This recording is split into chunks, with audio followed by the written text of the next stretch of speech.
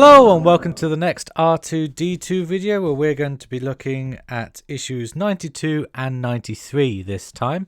Now it's going to be a lot simpler this video than the madness that was issue 91 last time, where we kind of build essentially R2-D2, very nearly done now. So I've just got some time just to talk about one thing before we get onto the issues, and that is I saw Star Wars A New Hope with a live orchestra in concert last Sunday night, and it was absolutely mind-blowing. Hearing that music orchestrated and seeing A New Hope, I'm too young to...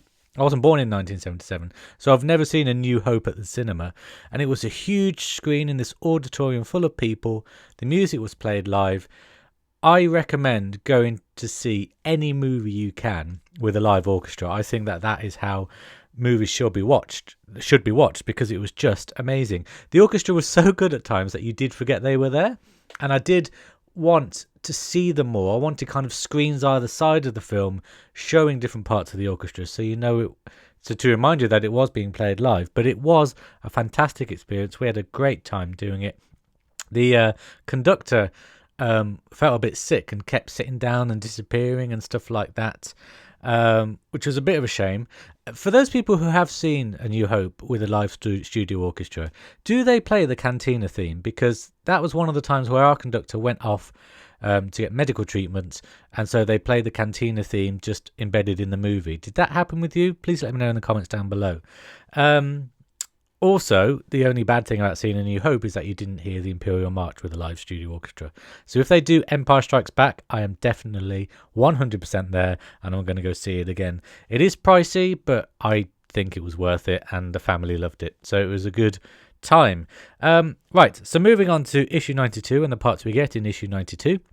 We get these parts here, which is the battery box and kind of a battery tester. Now, a lot of you have been talking about batteries for a while. I'm new to the battery issue, so it is all new to me, but I was kind of sifting through all these forums and all these Facebook groups, and there's so much battery discussion that it's so confusing what to do, because the batteries that charge up R2-D2 are not supplied within the main course of the run of the magazines. You have to buy them separately. But they are so specific. So I'm just going to list what kind of batteries you need. Firstly, you need a 18650 lithium ion battery. I believe the number is the size of the battery, and lithium ion is what is inside it. You will need a voltage that is 3.7 volts nominal, which means that it should say that on the battery somewhere. 3.7 volts is the kind of normal jogging of the battery. You need a button top terminal. Flat top won't do. You need no protection. I don't know what that means, but you need no protection on the battery, and the capacity needs to be 2600 mAh, which is the ideal capacity, but anything over 2000 mAh is what you need. Now, you can search loads of different places for these batteries. You can look on eBay, although I would not recommend it, and the magazine recommends don't doing that.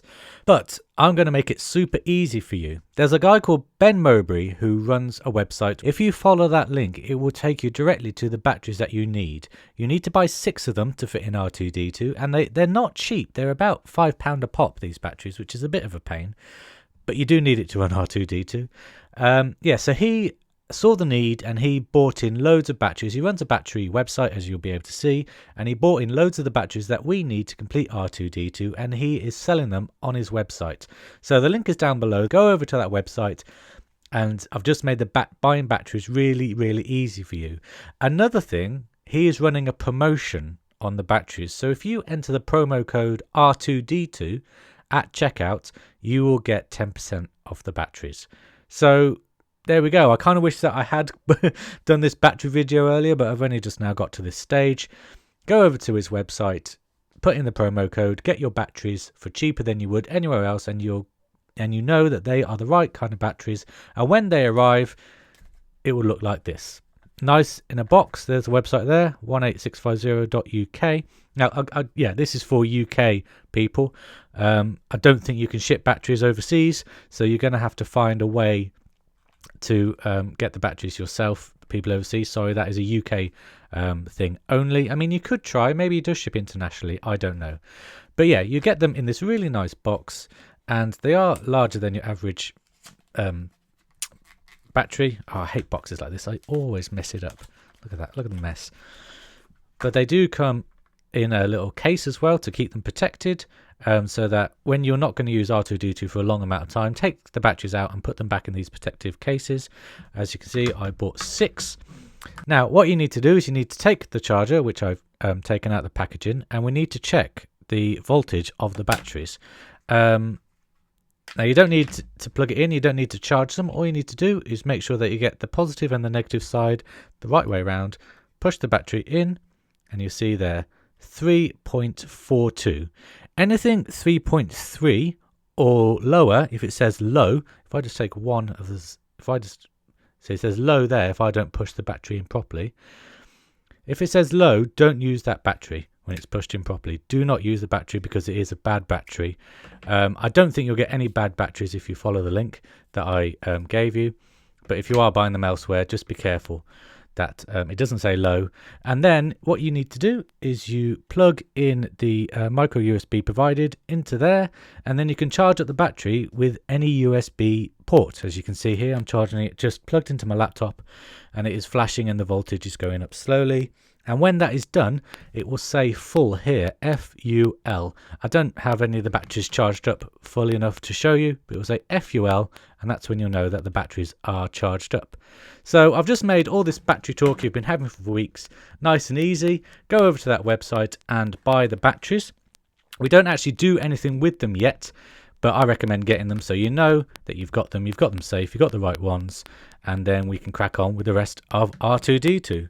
So that is basically issue 92. Moving on to issue 93, we get this part here and this part here, as well as 2 other parts that we'll look at in just a moment. Now, these parts are to encase the circuit board that we have been using prior to this. We've been using it to test various things. This is the circuit board that we are actually going to use. What we need to do is we need to place it,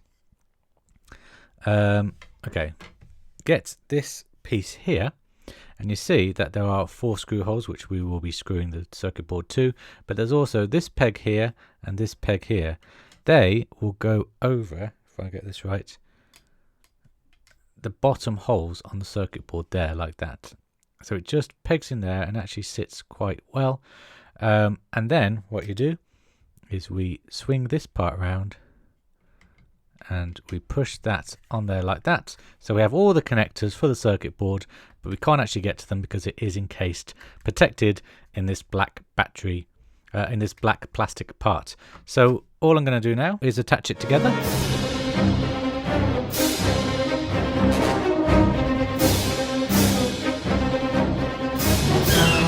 So the circuit board is now safe. It is now protected, which is pretty awesome. So I just need to change up the camera angle slightly so that we are looking into the interior of R2-D2 all the way to the bottom of him. And you'll see that there's a peg and a screw hole here and a peg and a screw hole here. And there's the same up the top. That is, these parts are to attach the battery box brace, which is this part here. And this is where the battery box will sit when the batteries are in it and the right ones, etc. And all you need to do is push it so that the pegs go through the interior holes and the exterior holes you screw down. You want it so that the bracket is sloping down towards that bottom flap of R2-D2 that we've looked at before. I guess so that we can change the batteries if we need to, but you want it sloping so that the bottom of the slope is at the bottom of R2-D2 and the top of the slope is facing the front of R2-D2. So I'm just going to go ahead and screw this battery box bracket down now.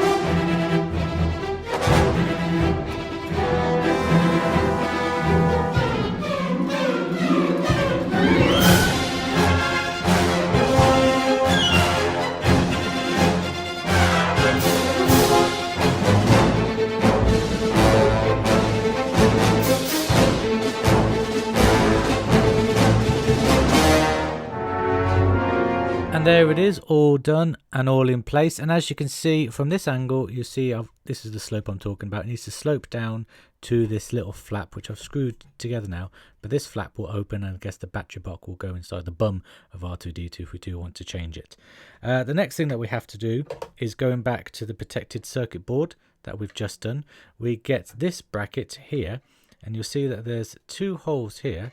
What you need to do is pop in those 2 pegs like this. Come on, should be easy. Yeah, just like that. So it is looking like that and facing this way, and then you need to attach it just by screwing it into these 2 hole pieces here. And if I just push R2-D2 aside, you'll see that this is what it looks like, kind of like a selfie stick. Imagine it with a camera. And then what you need to do is you need to match the slope of this part with the slope on this part. So we just need to push it through, actually probably from the top like this, so that, and it attaches at the far end, which you can't see. I'll just swing this round. So yeah, okay, that's a better angle. So it will position itself here, and there's 2 screw holes here, which we'll screw down in just a moment to hold it in place. There is 2 screw holes at the back, and it does sit against that back, but it doesn't say to screw them in there yet, which is a little bit bizarre. So I'm just going to screw it into these 2 holes here. There we go. So we now have the circuit board in place, although it does wobble up and down. I presume at some point, if I just swing this R2-D2 background, I assume at some point we will be attaching it here, because it does come off there. You clearly see there's 2 screw holes, but I guess we don't do that bit till the battery box is in. Not entirely sure. It definitely only says screw it at the front, so that is how I'm going to leave it for now. Sorry for knocking the camera just there. And that is what R2-D2 looks like. We've added a bit of black. We've added the battery box bit. So the battery box it's actually quite big. I'm not taking it out of its packet yet because it's not needed, but the battery box will sit in there. I can't get it in now, and then all the wires and stuff will connect to this part as well in due course. So like I say, a shorter video, although it's probably just a normal size video by the time I've done waffling, and I hope you have enjoyed this video. On Wednesday, that's when the next video is going to come out, on Wednesday, and we're going to be looking at more interior stuff and also looking at the start of the motorized dome parts as well. So I hope you'll join me for that. I'll see you Wednesday, and then back here next week, same time, same day, for the next R2-D2 parts. So I'll see you Wednesday, guys. Take care. Bye bye.